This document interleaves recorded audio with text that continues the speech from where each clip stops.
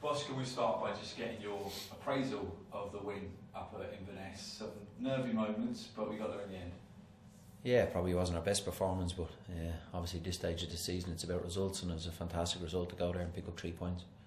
What were the highlights for you overall? Was it just the final whistle?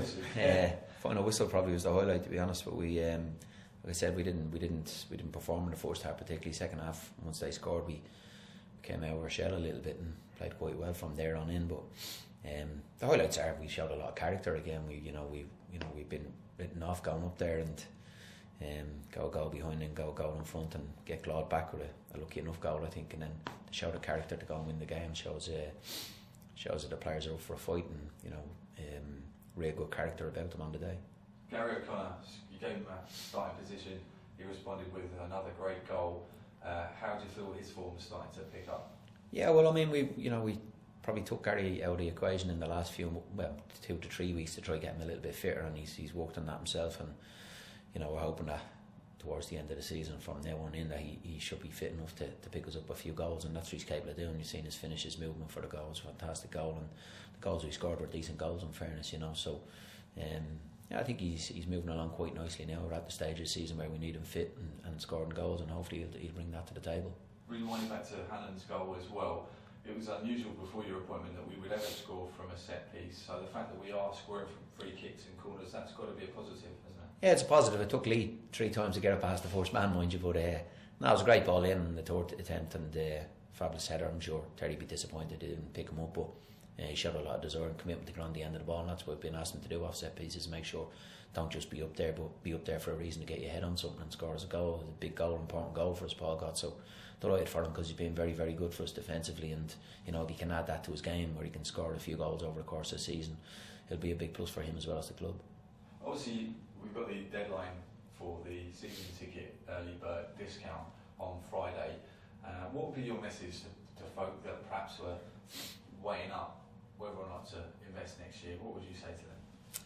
I'd just say to them that we said at the start when we came in that it's going to take a little bit of time to turn everything around, and I think we're showing there is signs of that's happening, and we're working very, very hard to make sure we do that. And we understand and we know that there's a lot of heartache and everything that's gone on over the last season or two, and we need to change that. We don't want the club in this position again next season, that's for certain, and that's what we're working towards.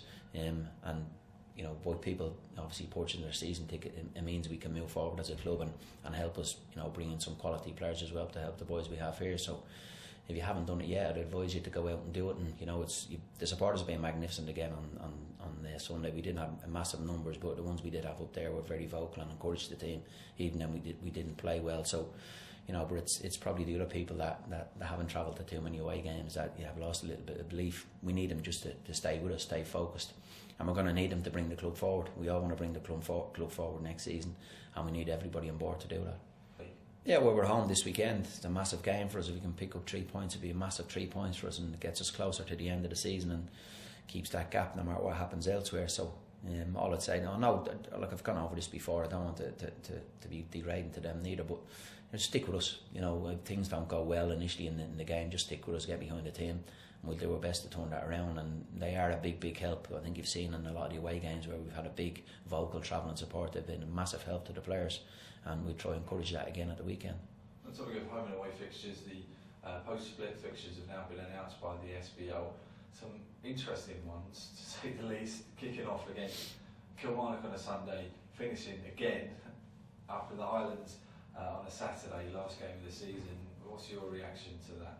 Yeah, it's a peculiar. I don't know who sat down and worked them out, but we've 5 games left after the weekend, and we play on 4 different days, which is crazy, And from a supporters' point of view, it's crazy. I mean, they don't know where they stand. Well, Saturday afternoon is football day, I suppose, in most of people's eyes, but here we go with 5 matches in the split, and we've got 4 different dates, and I don't know many different kick-off times as well. So ludicrous, but we've got to get on with it, and some of it is you wonder why they've formed them out the way they have formed them out, but that's only for other people to answer. I suppose we can only go and approach the games and make sure that at the end of it that we're still in the league. How big was that win on Sunday? How much has it allayed the pressure that was growing? It's taken a little bit off, but not too much. We're still in a situation where we know we can't afford to slip up. We've got to focus on getting to as many points on the board. And I said that once the split came, we've got a decent record against the teams in the bottom half of the table. We've got to try and maintain that and be as good as the last round of our series of games we had against them. And that's the plan, is to make sure we pick up as many points off the teams around us, and obviously with Motherwell as well, to come at home.